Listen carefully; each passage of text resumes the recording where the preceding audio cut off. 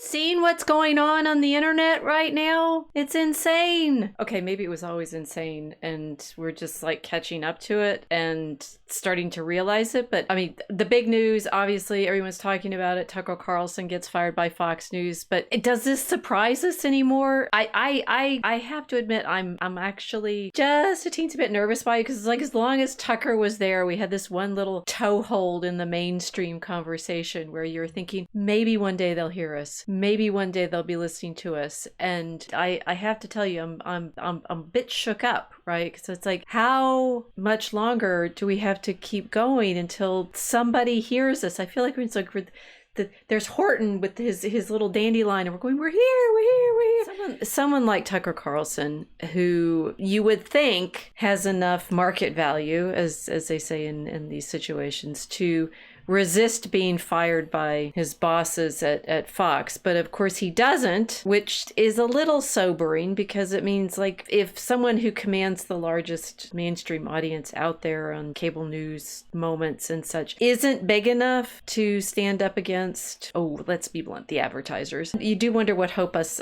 little ones have. Now, I've also got some thoughts that I think are worth exploring tonight. Carrying on from Sauron and his Mike, and in my Tolkien class, we're talking now about evil, right? And what evil is, and exactly how we can understand how people get caught up in it. And I think these two streams are crossing in a way, right? Because there's the media moment problem of why are they afraid? Why is the advertisers? I think it's the advertisers, because as we've known, ever since there was advertising supported media, the advertisers are always the ones that got to say what came on the show, right? That's like, we've been worrying about making the soap companies happy since, the soap operas were running back in the who knows what 50s or 60s, and the washing powder was always the thing that was the big supporter of those shows. And you don't want to make the advertisers mad, because they're the ones making the content for everyone out there free, which is of course not really free, because it's supported by people needing clean clothes. I don't know. Well, what is it supported by? If we're thinking about advertising, maybe that's where I want to sail around. I'm just gonna sort of sail around and by myself here for a bit and think about it. Okay, so I have a little storybook that my mom gave me back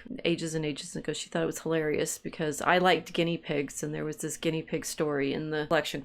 The book was called Pigs is Pigs, and one of the stories was about how this pair of guinea pigs shows up at the post office. This is like 1900 or so, and when the man comes to pick up his guinea pigs, the post office clerk says, you owe some more money because these are livestock or something like that, and because they're pigs. And the man coming to pick up these guinea pigs says, no, they're not, they're guinea pigs. And he's like, no, pigs is pigs. And of course, the hilarity ensues over the course of the story, because the pigs keep making more pigs, and eventually, but the post office guy can't get rid of them, so he has crates and crates, and the pictures become very funny of how many guinea pigs he has. Well, anyway, my mom gave me this from, I think her parents had it. It's an older collection of stories, because I had guinea pigs all through college and into grad school. And in fact, I brought my last guinea pig here with me to Chicago, came back over the seas with, I spent a lot of money on those guinea pigs, just like in the post office. Well, anyway, in the same collection, and mind you, this is like 1900s, so somebody can look it up.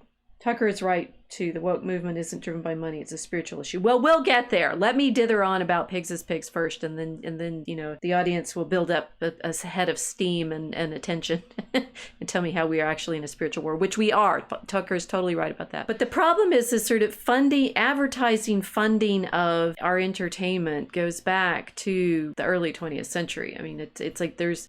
last time I was in effect talking about the power of propaganda and the problem with radio, and how the voice in the medium creates a particular surround sound reality. But in Pigs is Pigs, there's a story about a theater play, right? It's not a movie. It's not even a radio play. It's not on television. It's a play in a theater, right? Like with live actors and everything. And the joke in that one is that the advertisers want all their products placed in the play, right? This is like live on stage in the story. And the characters in the story, because they're, having to promote whatever advertisements are supporting their theater production, have to consume the products. And I think some of them are like, I'm making this up because I can't quite remember, maybe soft drinks and stuff, that they have to eat a lot of cereal because the cereal the cereal producers want their cereal made prominently, and so this whole play ends up turning into one long advertisement for the sponsors. So it's not a new problem.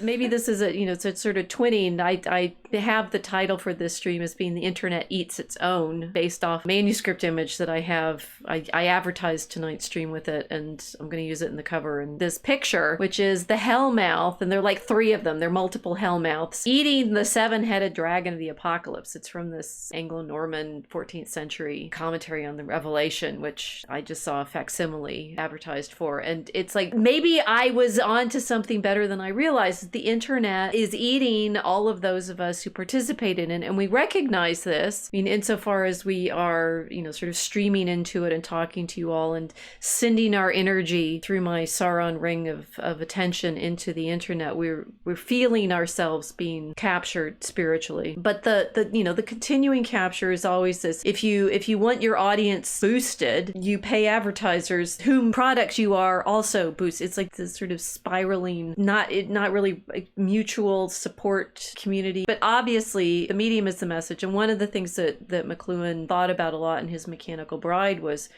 the way in which all of these advertisements are themselves the main symbology that we are living with. And his meditations on advertisements for radios and stockings, and also the way in which these advertisements are often juxtaposed with the actual news items. And I mean, certainly I remember back when I actually read newspapers, you can have the horror of the week next to the clothing ad or something. And now, if you haven't paid subscriptions to the sites and you don't have your ad blockers on, the juxtapositions that we get in our online, reading are quite stark. So this feeling of being eaten by the advertisements and Tucker having to answer to, I think it's got to be the advertisers in some way, because they're the source of the support for the media. So that's our theme for tonight. This internet eats its own. I have my team here to help carry on in this conversation. So Mel and Casey, welcome. Casey saying, yeah, so in thinking about canceling Tucker, they aren't doing this for money. Well, I think they still are, but the sort of sense of what counts as money in what context and who's getting money from where and whose money, they're certainly not necessarily doing it for the happiness of the audience or Tucker's very powerful statement about what happens when you start telling the truth. Maybe we need to think about what money is. We haven't actually done any streams on that, and the problem of currency and current that we're participating in here, sending our thoughts into the currents of the interstreams that our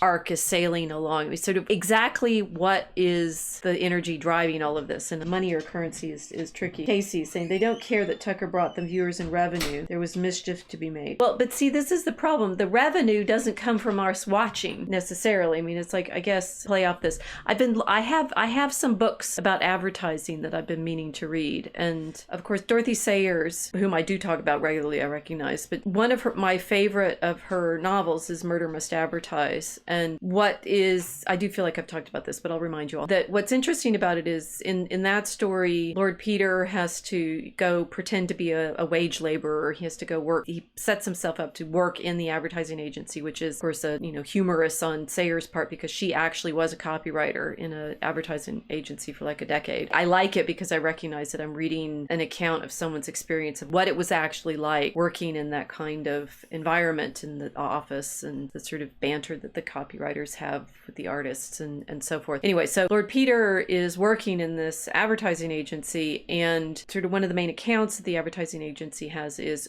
it's Nutrax for nerves, right? So it's a nerve tonic, which is basically drugs, right? So it's some kind of, we're never told what exactly it is. It's just, they make ads that, talk about how Nutrax gives you vitality and so forth, which who knows, Coca-Cola, right? It's some kind of stimulant. The problem, the mystery is that there's that advertising agency, the agency in the story, is somehow being used as the distribution hub for an actual cocaine trade. This is like set in the 20s. It's she published it in 1933, so the dope trade is also coterminous with the advertising world. The solution to it, you guys, you can read it. I've reread it gazillion times, so even if I tell you what the solution is, I don't have to tell you who's doing it. But they're using the ads that go in each week to trigger where the distribution of the packages of cocaine are going to go to, and marking it so that they show up in particular pubs based on when the phone book is and stuff like that. So there's layers and layers of advertising and drugs in this setup, and the sort of thoughtful puzzle or thoughtful twinning that Sayers is recognizing here is the legitimate advertisements for new tracks are drug advertisements, and those advertisements are being used to trigger the distribution of the illegal drugs. So there's the legal drugs and the illegal drugs, and both of them are advertising through this same system, which suggests everything you need to know about how captured the media has been since there was media, since there was newspaper ads that you could pay for and take up a certain amount of space in the page. And then there's I started on that because we're thinking about the revenue, the viewers and revenue. You sell advertising in spaces like that, either in physical spaces on the pages or in temporal spaces, like whatever ads go with Fox News. I never watched. I only ever watched the clips on YouTube. I guess I see those ads that YouTube, puts on the front of videos now and such, so that carries the ads, but they sell those with the promise that lots of people will see this ad, and presumably that's therefore revenue for the company. And yet they don't seem to care that the people that actually bring in lots of eyeballs to see the ads potentially are going to not care anymore if Carlson goes and makes news reports somewhere else. I don't know enough about how all of the finance works. Fox has talked a fair amount about how so many of these startups and so forth are propped up by investor money. They're gambling with the idea that if we put in enough money to this and launch it out and it gets big enough, then it becomes self-sustaining because there will be enough people watching that advertisers will want to pay us to send their advertisements out to our audiences and so forth. Now this is, it's like I've always thought about Sayers and that problem of how it's all a drug trade anyway, because the health pills and vitamins and cereals. Cereal was, of course, also a kind of health food initially before it became completely sugar. One of the things I have heard is that it's actually pretty hard to get people to buy stuff. The main thing that people do is follow the brand. So you have to create brand loyalty and then keep people buying off of that. And the thing about brand loyalty is, what we're seeing, for example, with Bud Light, lose it, then you've lost that segment. The products are all obviously very, very similar. Girardian twinning strikes again. So keeping your customers loyal to your brand of things is everything.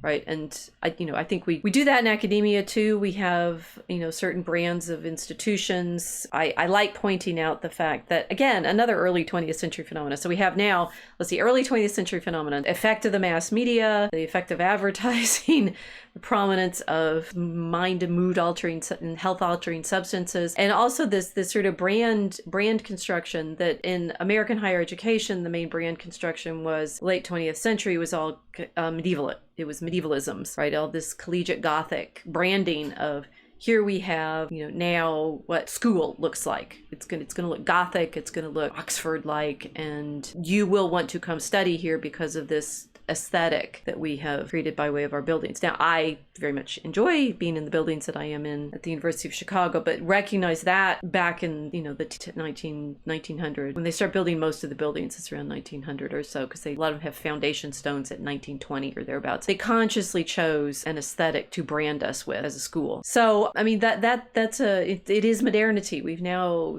into currency, advertising, branding, drugs. Have I named the seven heads of the dragon?